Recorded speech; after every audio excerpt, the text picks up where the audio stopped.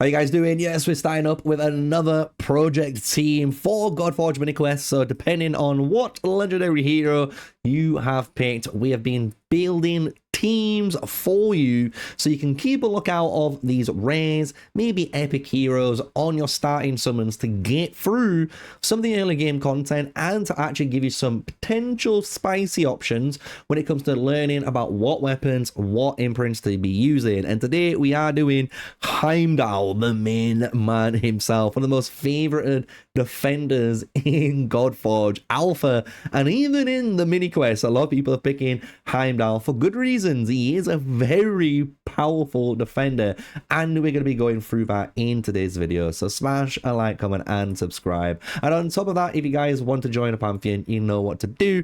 Check out Camp Half-Blood. It is on the Raven Pyros website as well. And if you just come here, you can see all the information, including all the sub-Pantheons, all the members in all the different cabins as well. And you can even join our Discord straight away there. You see, we've already got a bunch of members involved, so why not come join along? So with that, let's get into it. We're talking about Heimdal today, and just to give you guys a quick rundown of what this hero does, he is a very powerful defender, and we're going to try and take abuse of quite a lot of mechanics he has, even in the team choices that we're going to go with, right? So Heimdal attacks one enemy with the basic 190% defense, 120% attack, transfers a random debuff from this hero to the target.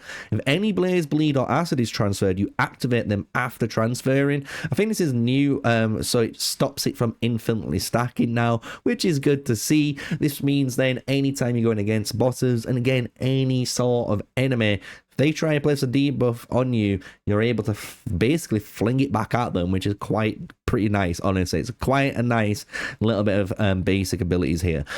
The real power of him, though, and this is where I think where things start ramping up, is actually the core and obviously the ultimate of this hero. Places a retaliate and intercept on all allies for 2 turns, and then you attack all enemies. So if we go into the different buffs into the game, we go down up into intercept, right? So if we just double check this again, we've got intercept and retaliate. So we go over here. Intercept, you redirect an attack to the hero that plays intercept. So now, because everyone's got this on, everyone's going to be hitting, boom, your Heimdal. He's going to be taking all of that. But on top of this, we've got retaliate here. So when an enemy attacks this hero, they retaliate with their basic ability. And this is very powerful because, as we all know, depending on how strong your basic abilities on your hero is, you can really take advantage of a bunch of crazy mechanics in the game, including despair logs, maybe taking extra turns for like a Grendel for argument's sake in the late games, right? You can do some crazy stuff in here.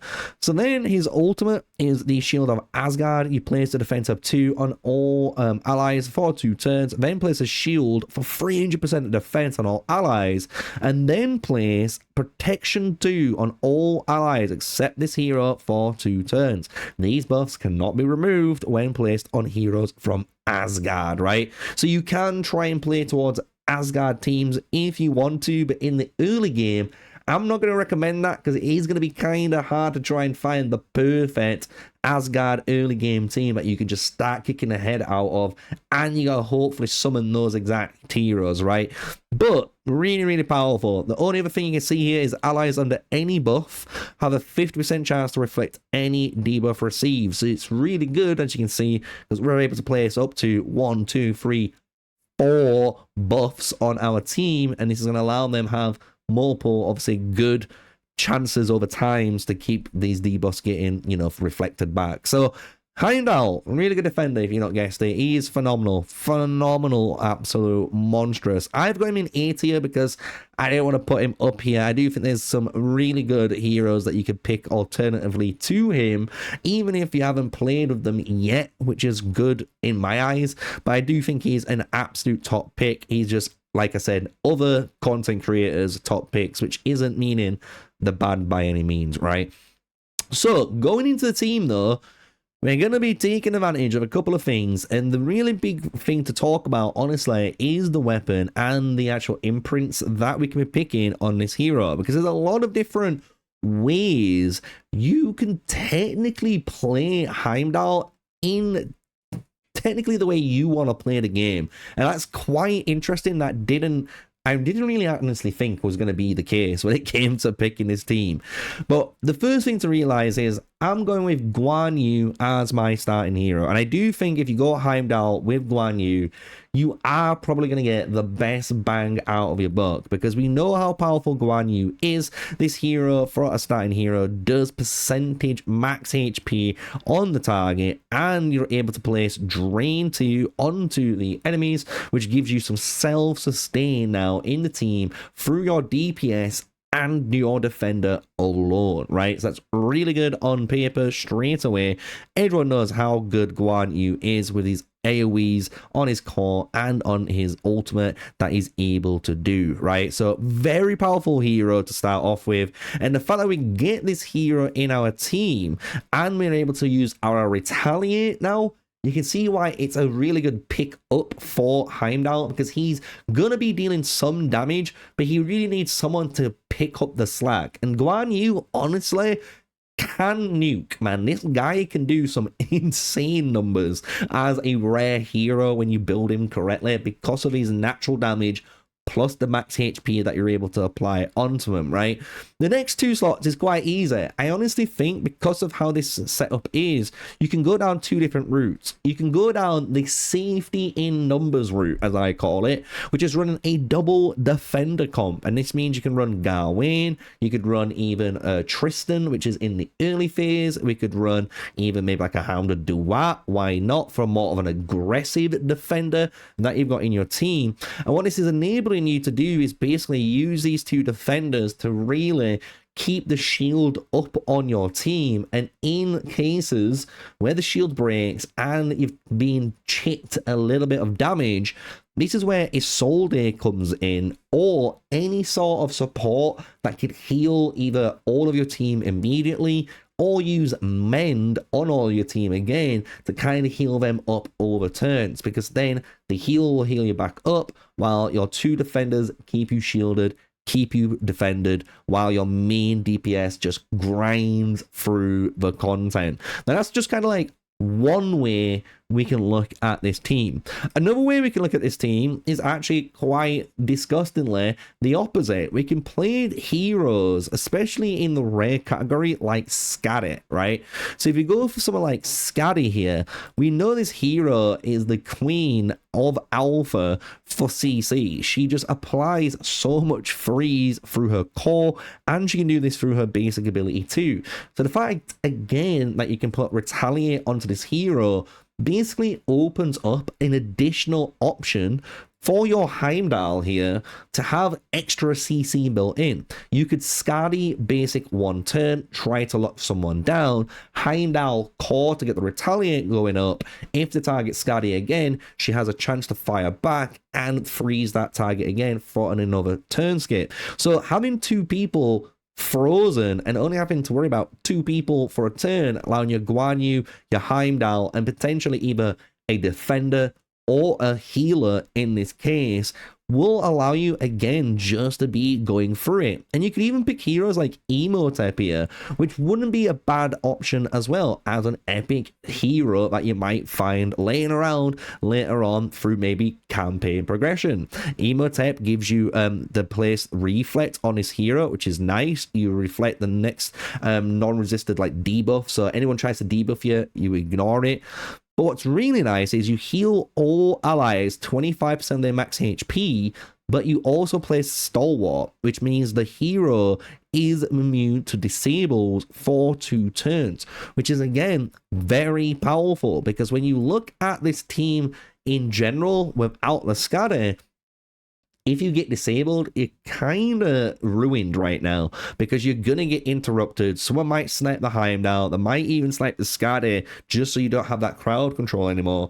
So being able to make your team immune from disable is going to be quite key with this, because then you got to think, with the Heimdall, we have now a really strong core team. And when we look at the weapons and actual imprint choices, it kind of solidifies everything I've been saying about this whole video so far. Because if we go into his weapons, right? One of the best weapons, I must admit, for this hero has to be freaking Excalibur. This is insane. It increases the damage inflicted by allies 2.5% for each buff placed by this hero. Well, we've already seen that Heimdal can place up to 1, 2, 3, 4 different buffs alone on himself. Like, that is insane if you think about how many buffs a hero is given and is a defender. So now if you pick this weapon, well, you've got a very offensive Heimdal. He's a Heimdal that's going to be hopefully giving you a bunch of buffs, and then in certain turns it'll give you 4 buffs, so you really have what, 10% extra damage at level 1 Excalibur on everyone in your team. But then on top of it, like, he's shielding your team. He's allowed them to reflect buffs on their team. Like, he's this really crazy legendary god that you can pick with just this one weapon. And that's not it. We also have heroes like Forge Fire, which wouldn't be bad either, right? Reducing the damage received by 10%, so you just don't really take damage. And then on top of this, does not receive damage per wave until this hero takes their first turn. Very powerful. Again, Aegis has a 15% chance to reflect disable back to the enemy, and the first disable will always reflect. So you can even think, even with the Aegis onto your Heimdal here, if we swap this out, yes, this is not a more supportive Heimdal because you're not running an Excalibur. It's a lot more of a selfish Heimdal. But what it does mean is your Heimdal should be guaranteed his turn. So if you're going against another Heimdal team and they do have that scatter and they've tried to lock you down and stop you from having your turn, well, having that Aegis in there is actually going to catch them off guard and actually allow your team to work compared to theirs. And again, these are just one option that you could be going down, right? Forge Fire is another really good option, as I said, for you. And I think that, honestly, is kind of all that you're going to be going for when it comes into it. Maybe in the late game, when you find some better heroes and stuff, you're going to change what weapons you might run. And even some of these epic weapons, guys should check out, because some of these epic weapons are really good to find, especially in the early game. And you will be surprised on how much of a difference they can make for your team. And you don't just need to be looking out for these one legendary weapons, right? Imprints now. Jesus Christ, again, the imprints is so goddamn good on Heimdal. It's kind of disgusting, whatever you want. Because again, it says, whenever an ally uses a core ability, you increase the damage of their core ability by 5%, stacks and resets on each wave. So if you run Excalibur, you could run Apollo on top, and you really are supporting your team as best as you can in this, right? If you're just picking from the Godforge mini quest stuff, you can think Athena is a bit of a selfish option, but you could put that onto yourself, right? That means your healer doesn't need to worry as much about your defender now, your Heimdal, because your Heimdal is going to be able to heal himself because of his own shield, and when that shield breaks, he has that chance to petrify the enemy, which is kind of disgusting to be putting onto the enemy overall. Fusion isn't too bad, again, just reducing AoE is an okay option. I wouldn't go too crazy with it, but it's not too shabby. Obviously, we've got Heimdalls. You can double stack it if you really want to, but I personally wouldn't. I think you could just put this on a different team and it's just better. Hercules, though, is a good option, because you got to think with the Hercules, you become this really supportive, not supportive, but guarantee again on going off, right? So if someone tries to kill your Heimdal instead of trying to lock them down, as we talked about with the Aegis, Hercules would stop them from doing that. So imagine if you ran Aegis Hercules Heimdal, that basically says, I am very selfishly all in on Heimdal, but I'm making sure his turn goes off. I'm making sure he goes off, because if he does, my team should get the benefits and reap the benefits and carry through on that. It's a different playstyle. Again, it's not to all players, I get it, but some people do enjoy it, so that's why I'm going to try and mention it in this video, right? Now, another option that I actually do like is ISIS. At the start of his hero's turn, remove all debuffs and disables from the ally of the lowest HP, and then heal them equal to 5% of his hero's max HP. Isn't too shabby either. You can just put this on just to have some natural born healing into your kind of defender, so it makes him again more of a support.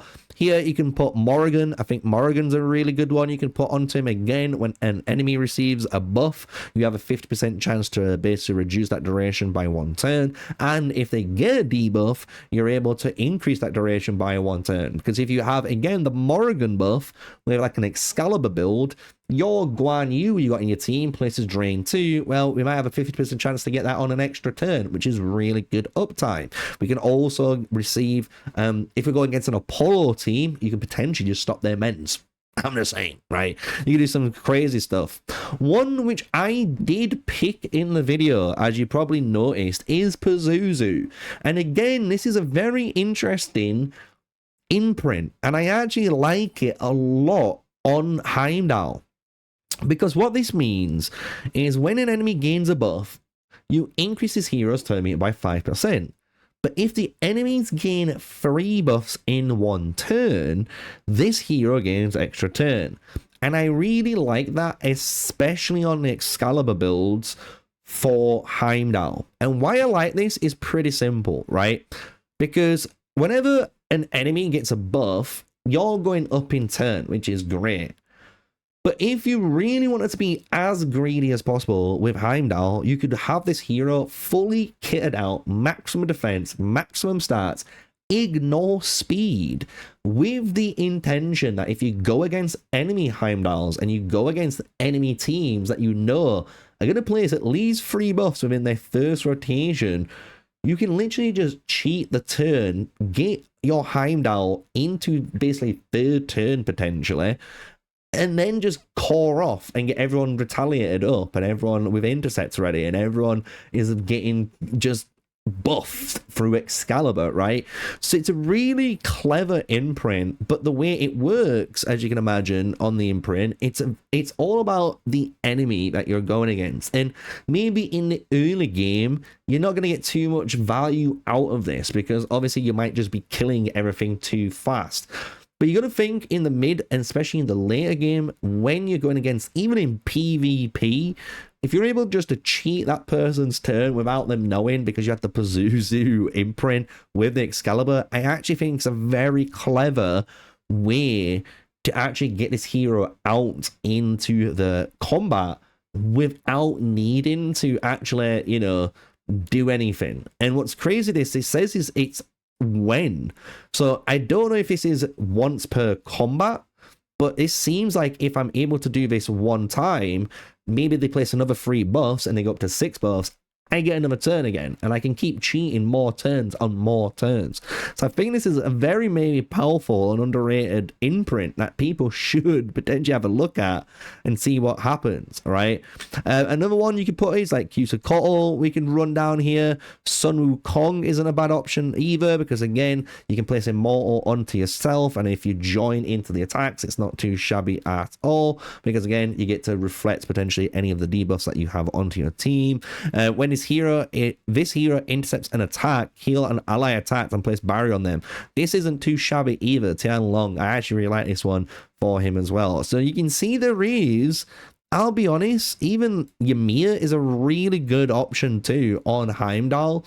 Like, there is a lot of options, and I mean that, for your Heimdal, which should make you watching this video actually quite happy, because it means, look, there's a variety of options. No one knows what's the best one. You can pick what you want for fun and what you want to play with, and it's probably going to work, especially how you want it to work. And if you find the teams to do it, like we can showcase in today's video, it's not hard at all. So just to kind of run down a quick summary on the team again, just remember with your team, I would recommend starting with Guan Yu. I just think Guan Yu with Heimdal is a very nice little starting team combo. It covers you generally for DPS all the way through, but then you can look for either a disruptor like Skade and other people who can lock down the enemies, like a Shinigami who can maybe lock passives and do some really fun utility, but then try and get that Emotep, get a really good healer invoker in that team. If you're not going to do that and you want to play a little bit safer, you could remove this Skade, right? And we could put in anyone like a defender. So we could just put in Guawin, we could put in, you know, Brynhild, we could put Tristan in there, we could put variety of defenders, and that's just going to allow us to shield manipulate between these two heroes and make sure we don't take any damage and really grind through those levels for the content. So that is it. Hopefully you guys have enjoyed it. That is the Heimdall team star teams, and hopefully it's giving you guys a little bit of insight and maybe when you start early access some heroes to consider. And if you don't see any of those heroes, you've got a better idea though of what to be looking out for your team. And if you enjoyed the video, smash like, comment and subscribe, guys, and until the next one, stay safe, stay sneaky, peace out.